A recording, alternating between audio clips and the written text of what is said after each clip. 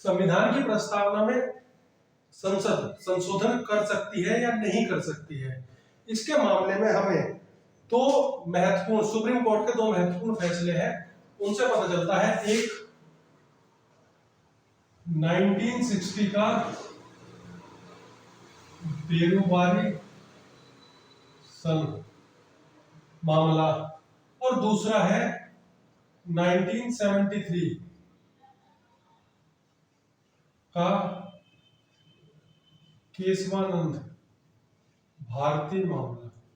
ये दो मामले जो है वो संविधान में संसद की संशोधन की शक्ति के बारे में बताते हैं। देखेगा 1960 का बेरुबारी संघ का जो मामला था, इसमें सुप्रीम कोर्ट ने अपने फैसले में कहा कि ये प्रस्तावना जो है वो संविधान का भाग नहीं है, उसे संविधान का भाग नहीं माना प्रस्तावना को सुप्रीम कोर्ट ने, और कहा कि क्योंकि ये संविधान का भाग नहीं है इसलिए अनुच्छेद 368 के तहत सरकार जो है वो इसमें कोई संशोधन नहीं कर सकती है। लेकिन 1973 में सुप्रीम कोर्ट ने अपने पूर्व में दिए गए फैसले को बदल दिया और उस बार सुप्रीम कोर्ट ने कहा कि ये संविधान का भाग है, इसे संविधान का भाग स्वीकार किया। लेकिन साथ में सुप्रीम कोर्ट ने ये कहा, ये केरल राज्य वर्सेस केशवानंद भारती मामला था 1973 का, सुप्रीम कोर्ट ने इसमें मूल ढांचे की अवधारणा दी। मूल ढांचा सुप्रीम कोर्ट ने कहा क्योंकि चूंकि प्रस्तावना जो है ये संविधान का भाग है, तो सरकार को अनुच्छेद 368 के तहत इसमें संशोधन करने की शक्ति है। लेकिन साथ में ये भी कहा कि वो इसके मूल ढांचे को नहीं बदल सकती।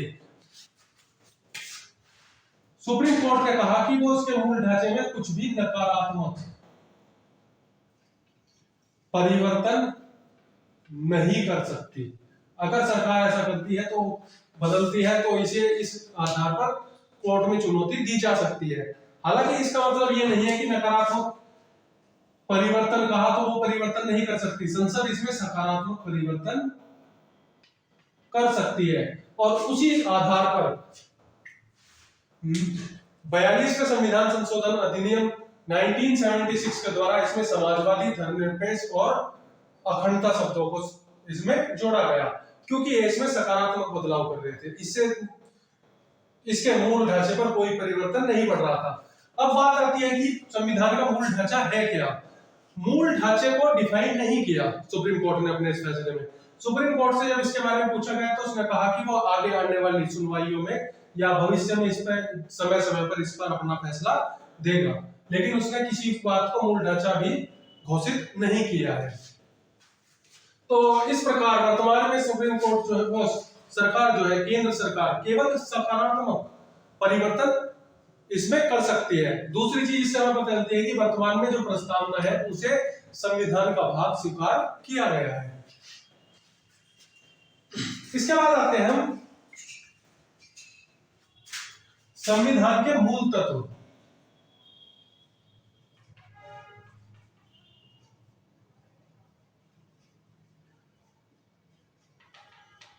संविधान के मूल तत्व क्या है, ये चार बताए गए हैं।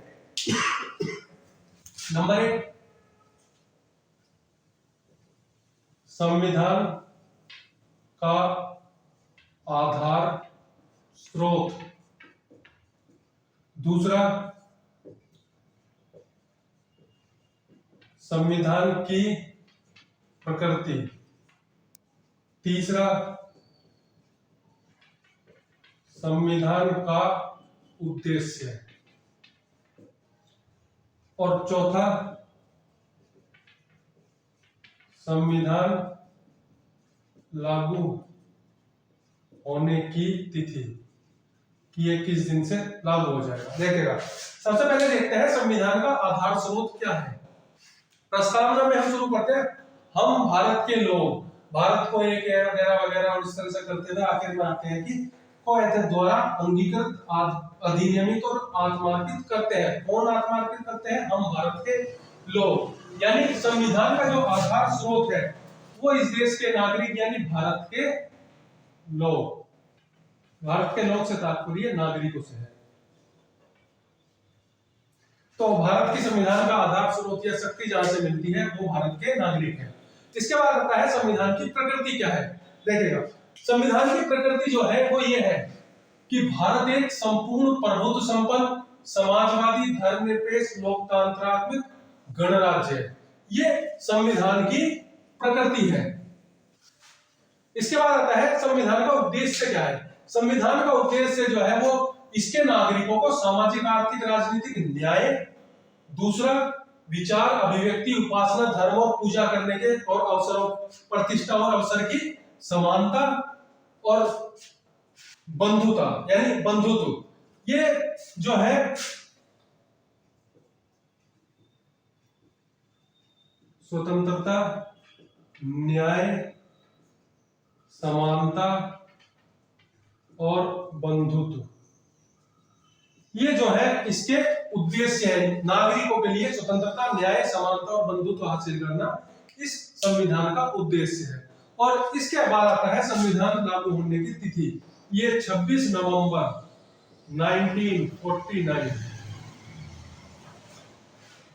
यानी मिति मार्ग से शुक्ल सप्तमी संवत 2006 को ये लागू हुआ था। तो ये संविधान के मूल तत्व है। इसके बाद इसमें कुछ शब्दावली है जिनके अर्थ हमें जानना आवश्यक होता है, जहां से क्वेश्चन पूछ लिए जाते हैं। जैसे कि इसमें सबसे पहले आता है संप्रभु या संप्रभुत्व।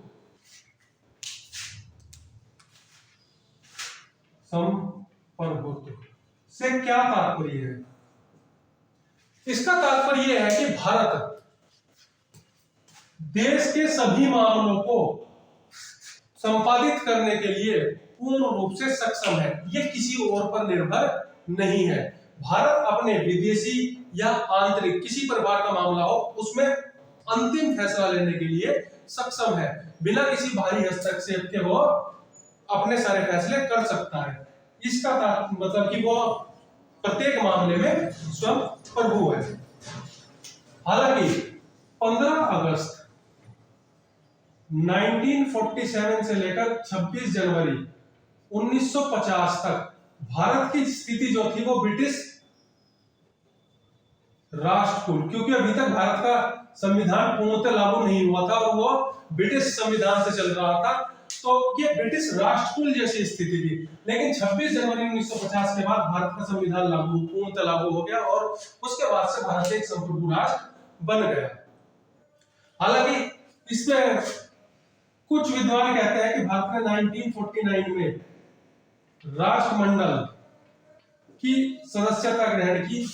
ये इसकी संप्रभुता को कम करता है, लेकिन ऐसा है नहीं, क्योंकि भारत ने जब राष्ट्रमंडल की सदस्यता ग्रहण की वो स्वेच्छा से ग्रहण की थी। इसके अलावा राष्ट्रमंडल का सदस्य होना भारत के लिए बाध्यकारी नहीं है। वो जब चाहे, अगर राष्ट्रमंडल का सदस्य होना भारत की प्रगति के लिए अगर मार्ग में बाधा या रोड़ा है या नकारात्मक छवि को नकारात्मक रूप से उसे प्रभावित करता है, तो किसी भी समय भारत राष्ट्रमंडल की सदस्यता से त्यागपत्र दे सकता है। इसके बाद दूसरा आता है समाजवादी। देखेगा, हम जो देखते हैं समाजवाद, ये स्पेशली रूस से आया, मार्क्सवादी विचारधारा से। रूस में समाजवाद की साम्यवादी समाजवाद, इस प्रकार का समाजवाद हमें रूस में दिखाई देता है, साम्यवादी समाजवाद। इसमें उत्पादन, इसकी विशेषता यह है कि उत्पादन और वितरण दोनों पर राज्य का अधिकार होता है। यानी जितने भी औद्योगिक क्षेत्र है, कंपनियां हैं, प्रोडक्शन कार्य है, पैदावार कृषि वगैरह, उस सब पर राज्य प्रमुख होती है, वो अपने हिसाब से लोगों में उसको विस्तृत करती है। भारतीय समाजवाद जो है वो ऐसा रूसी साम्यवादी समाजवाद की भांति का नहीं है, ये इससे उलट है। भारतीय समाजवाद जो है ये मिश्रित प्रकृति का है। मिश्रित समाजवाद क्या है?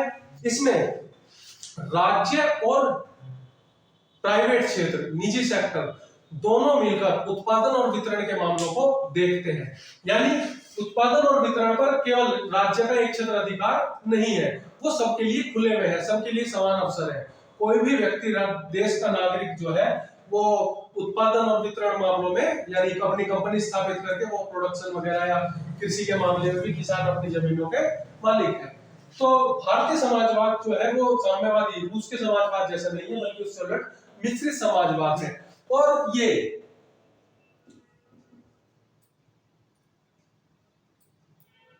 मार्क्सवाद व गांधीवाद इसका मिला जुला स्वरूप है, बल्कि इसमें भी इसका जो झुकाव है वो गांधीवाद की ओर ज्यादा है। इसके बाद तीसरे शब्द आता है हमारे पास, पहला संप्रभु, दूसरा समाजवाद, तीसरा धर्मनिरपेक्षता। देखिए धर्मनिरपेक्षता ये समाजवाद की तरह ही धर्मनिरपेक्षता शब्द भी है, 42वें संविधान संशोधन द्वारा इसमें जोड़ा गया था, मूल प्रस्तावना में ये था नहीं। भारतीय संविधान हालांकि पहले से ही धर्मनिरपेक्षता की बात करता है। इसके भाग 3 के अनुच्छेद 25 से लेकर 28 तक धार्मिक स्वतंत्रता की बात कही गई है। धर्मनिरपेक्षता से बिल्कुल ये कतई तात्पर्य नहीं है कि भारत में जो धर्मनिरपेक्षता जिस प्रकार की है उससे कि राज्य जो है वो धर्म के मामले में नास्तिक है, ऐसा नहीं है। राज्य बल्कि इसके उलट समाज सभी धर्मों का समान रूप से वो सम्मान करता है और उनका संरक्षण करने की गारंटी जो है वो भाग 3 मौलिक अधिकारों में धार्मिक स्वतंत्रता के तहत लोगों को प्रदान करता है। इसके बाद आता है लोकतंत्र।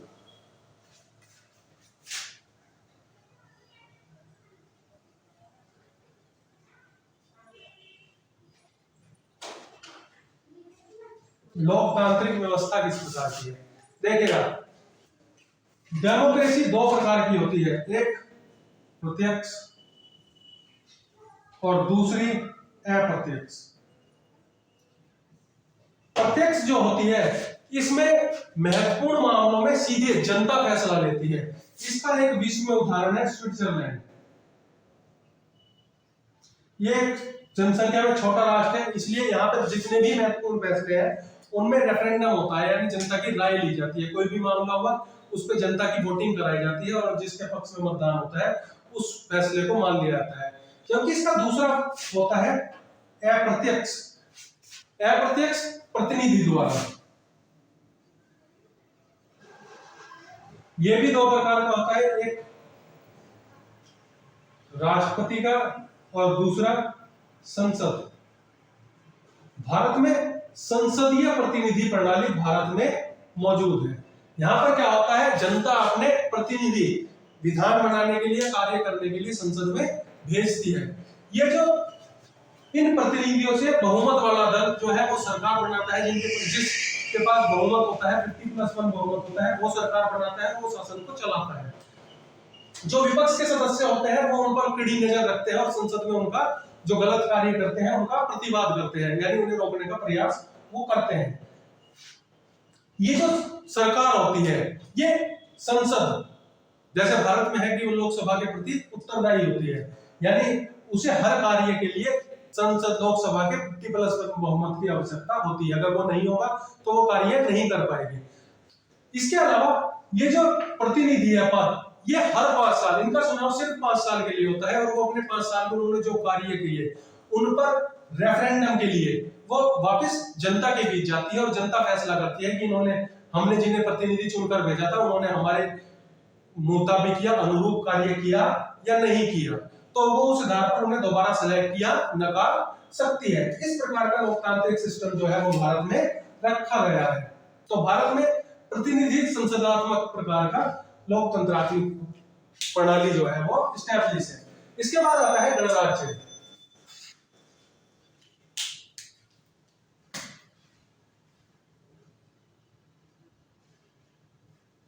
गणराज्य देखेगा, गणतंत्रीय शासन प्रणाली भी 2 प्रकार की होती है, एक राजशाही और दूसरी होती है अप्रत्यक्ष।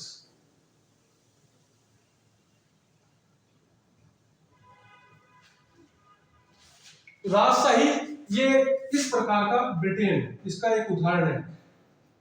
यहां पर क्या होता है, यहां पर जो शासक है, मुखिया है, प्रधान, वो अनुवांशिक होता है। जैसे कि ब्रिटेन में शासन जो है वहां ताज के पास होता है, महाराज या महारानी जो भी होगी वो वंशानुगत बनते रहेंगे और वो शासन प्रमुख होंगे, उनके नाम से सारे कार्य होंगे। इसके उलट कुछ देश है जहां पर दो तरह का सिस्टम प्रचलित होता है। एक जैसे कि भारत है, यहां पर एक प्रत्यक्ष सिस्टम होता है और एक अप्रत्यक्ष गणराज्य वाला सिस्टम होता है। प्रत्यक्ष जैसे अमेरिका, यहां पर जो राज्य का प्रमुख है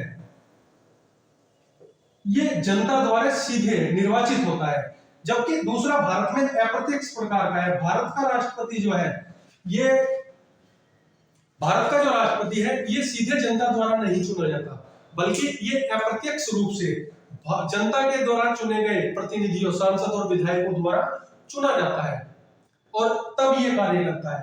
तो भारतीय गणराज्य में ये वाला सिस्टम जो है वो चल रहा है, जबकि इसके उलट अमेरिका में या कुछ अन्य देश है जहां पर राष्ट्रपति का सीधे चुनाव होता है और वो जनता द्वारा चुनकर कार्य करते हैं। इसके बाद आता है न्याय।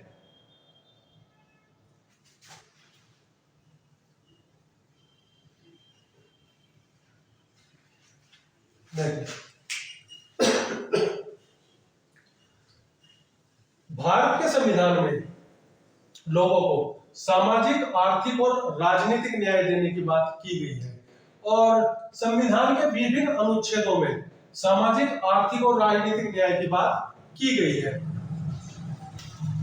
जैसे अनुच्छेद 15, 16, 17, 18, 19 में अभिव्यक्ति की आजादी, इसके अलावा 25 से 30 तक, 25 से 30 तक, 25 से 28 तक धार्मिक स्वतंत्रता का अधिकार है और अल्पसंख्यकों के लिए अधिकार है 29-30 में है। इसके अलावा संविधान का अनुच्छेद 39 और अनुच्छेद 325 में 326 देखेगा। अनुच्छेद, इसके अलावा अनुच्छेद 15 ये किसी भी मामले में लोगों को धर्म, जाति, मूल निवास स्थान, जन्म स्थान आदि पर भेदभाव पर रोक लगाता है। इसी प्रकार 16 जो है ये लोगों को अवसरों में समता का, लोक नियोजन के अवसरों में समता का अधिकार देता है। अनुच्छेद 17 जो है ये भेदभाव, अस्पृश्यता पर रोक लगाता है। इस तरह आर्टिकल 19 जो है ये लोगों को अभिव्यक्ति की आजादी प्रदान करता है। आर्टिकल 39 जो है महिलाओं और पुरुषों को समान कार्य के लिए समान वेतन की बात करता है। 25 से 28 में धार्मिक स्वतंत्रता की बात की गई है। 28, 29 और आर्टिकल 29 और आर्टिकल 30 में अल्पसंख्यक के अधिकारों की बात की गई है। इसी तरह अनुच्छेद 325 जो है वो कहता है कि अनुच्छेद 325 कहता है कि किसी भी व्यक्ति को धर्म, जाति, मूल वंश आदि के आधार पर वोट देने से नहीं रोका जा सकता। और अनुच्छेद 326 जो है ये वयस्क मताधिकार की बात करता है कि व्यक्ति जब वयस्क हो जाएगा वो मत डाल सकता है। इस प्रकार विभिन्न प्रावधानों के द्वारा वो लोगों को सामाजिक, आर्थिक और राजनीतिक न्याय प्रदान करने का कार्य करता है संविधान। इसके बाद आता है स्वतंत्रता।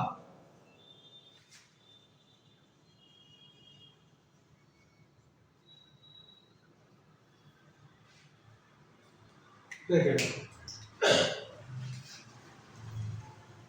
जो मैंने अभी आर्टिकल बताया आपको 15, 16, 17, 18 इनमें स्वतंत्रता की बात भी समाहित की गई है। लोगों को स्वतंत्रता दी गई है ताकि वो अपने धार्मिक कार्य, व्यापार में वृद्धि आदि में तरक्की कर सके और उन्हें सबको समान अवसर दिए गए हैं ताकि वो समान रूप से कार्य कर सके और प्रगति की ओर बढ़ सके।